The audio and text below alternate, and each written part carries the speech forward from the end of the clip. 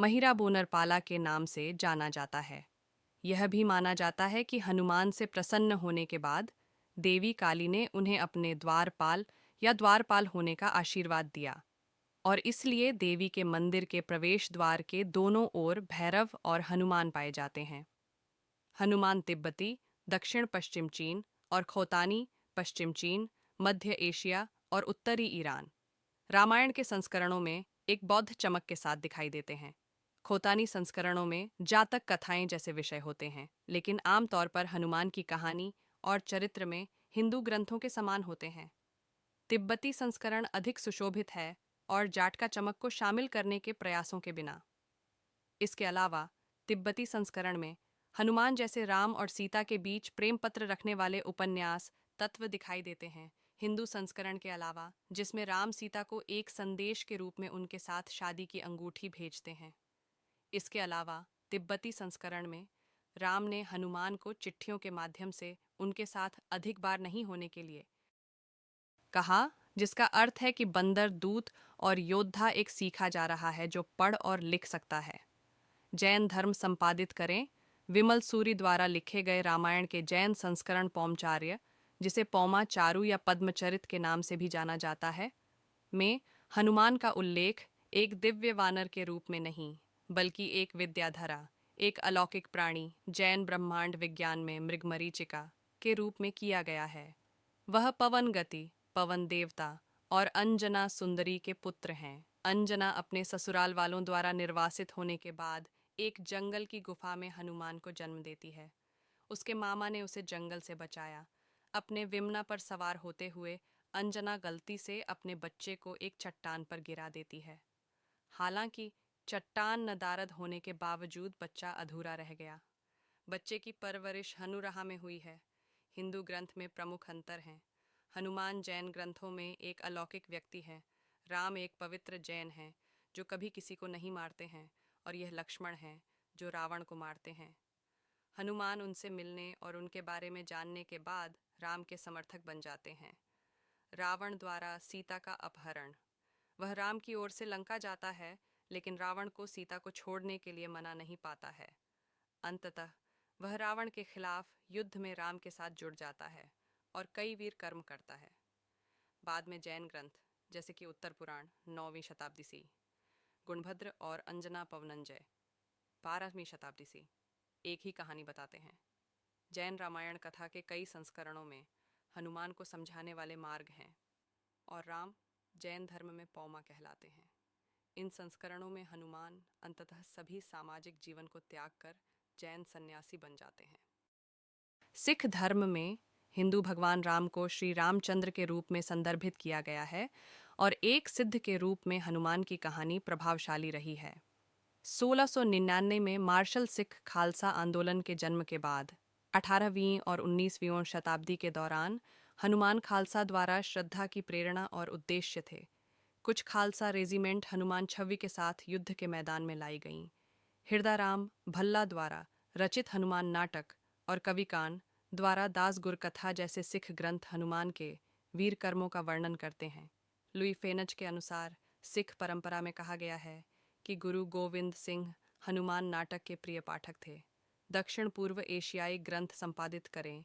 रामायण के गैर भारतीय संस्करण मौजूद हैं, जैसे थाई रामाकियन। रामायण के इन संस्करणों के अनुसार मैकचनु सुवर्णमचा द्वारा जन्मे हनुमान के पुत्र हैं। जब रावण के महल में आग लगाने के बाद हनुमान उड़ते हैं, अत्यधिक गर्मी से उनका शरीर और समुद्र में गिरने पर उनके पसीने की एक बूंद, जो एक शक्तिशाली मछली द्वारा खाई जाती है, उसने स्नान किया और उसने रावण की बेटी मच्छनु को जन्म दिया। एक अन्य किंवदंती में कहा गया है कि मत्स्यराज, जिसे मकरध्वज या मत्स्यगर्भा के नाम से भी जाना जाता है, नामक एक राक्षसी उनके पुत्र होने का दावा करती है। मत्स्यराज का जन्म इस प्रकार बताया गया है। एक मछली मत्स्य को हनुमान के पसीने की बूंदों से लगाया गया था जब वह समुद्र में स्नान कर रही थी। दक्षिण पूर्व एशियाई ग्रंथों में हनुमान बर्मीज रामायण में विभिन्न तरीकों से उत्तर भारतीय हिंदू संस्करण से भिन्न होते हैं, जैसे कि राम यज्ञ, अलोंग, राम थाईगिन अराकानी बोली में, राम वटु और राम थाईन मलय रामायण जैसे हिकायत श्री राम, और हिकायत महाराजा रावण और रामायण जैसे थाई रामायण। हालांकि कुछ मामलों में कहानी के पहलू हिंदू संस्करणों और रामायण के बौद्ध संस्करणों के समान हैं, जो भारतीय उपमहाद्वीप में कहीं और पाए जाते हैं। वाल्मीकि रामायण मूल पवित्र ग्रंथ है। अन्य लोगों को लोक नृत्य की तरह कला प्रदर्शन के लिए कवियों द्वारा संस्करण संपादित किए जाते हैं। रामायण की सच्ची कहानी वाल्मीकि है। आर्षि वाल्मीकि को आदिकवि, पहला कवि के रूप में जाना जाता है। इनके जन्म के पश्चात एक दिन इनकी माता फल लाने के लिए इन्हें आश्रम में छोड़कर चली गईं। जब शिशु हनुमान को भूख लगी तो वे उदय होते हुए सूर्य को फल समझकर उसे खाने के लिए आकाश में उड़ने लगे। उनकी सहायता के लिए पवन भी बहुत तेजी से चला। उधर भगवान सूर्य ने उन्हें अबोध शिशु समझकर अपने तेज से नहीं जलने दिया। जिस समय हनुमान सूर्य को पकड़ने के लिए लपके, उसी समय राहु सूर्य पर ग्रहण लगाना चाहता था। हनुमान जी ने सूर्य के ऊपरी भाग में जब राहु का स्पर्श किया तो वह भयभीत होकर वहां से भाग गया। उसने इंद्र के पास जाकर शिकायत की, देवराज, आपने मुझे अपनी क्षुधा शांत करने के साधन के रूप में सूर्य और चंद्र दिए थे। आज अमावस्या के दिन जब मैं सूर्य को ग्रस्त करने गया, तब देखा कि दूसरा राहु सूर्य को पकड़ने जा रहा है। राहु की यह बात सुनकर इंद्र घबरा गए और उसे साथ लेकर सूर्य की ओर चल पड़े। राहु को देखकर हनुमान जी सूर्य को छोड़ राहु पर झपटे। राहु ने इंद्र को रक्षा के लिए पुकारा तो उन्होंने हनुमान जी पर वज्रायुध से प्रहार किया, जिससे वे एक पर्वत पर गिरे और उनकी बाईं ठुड्डी टूट गई। हनुमान की यह दशा देखकर वायुदेव को क्रोध आया। उन्होंने उसी क्षण अपनी गति रोक दिया। इससे संसार की कोई भी प्राणी सांस न ले सकी और सब पीड़ा से तड़पने लगे। तब सारे सुर, असुर, यक्ष, किन्नर आदि ब्रह्मा जी की शरण में गए। ब्रह्मा उन सबको लेकर वायुदेव के पास गए। वे मूर्छित हनुमान को गोद में लिए उदास बैठे थे। जब ब्रह्मा जी ने उन्हें जीवित किया तो वायुदेव ने अपनी गति का संचार करके सभी प्राणियों की पीड़ा दूर की। फिर ब्रह्मा जी ने कहा कि कोई भी शस्त्र इसके अंग को हानि नहीं कर सकता। इंद्र ने कहा कि इसका शरीर वज्र से भी कठोर होगा। सूर्यदेव ने कहा कि वे उसे अपने तेज का शतांश प्रदान करेंगे तथा शास्त्र मर्मज्ञ होने का भी आशीर्वाद दिया।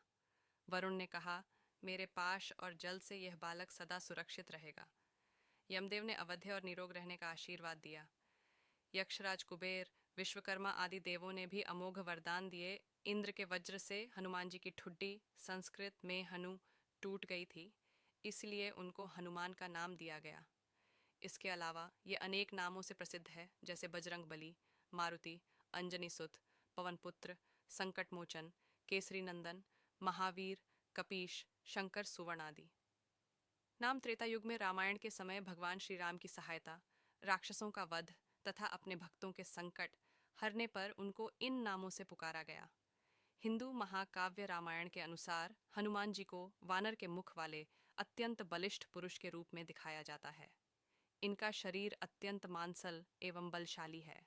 उनके कंधे पर जनेऊ लटका रहता है। हनुमान जी को मात्र एक लंगोट पहने अनावृत शरीर के साथ दिखाया जाता है। वह मस्तक पर स्वर्ण मुकुट एवं शरीर पर स्वर्ण आभूषण पहने दिखाए जाते हैं। उनकी वानर के समान लंबी पूंछ है।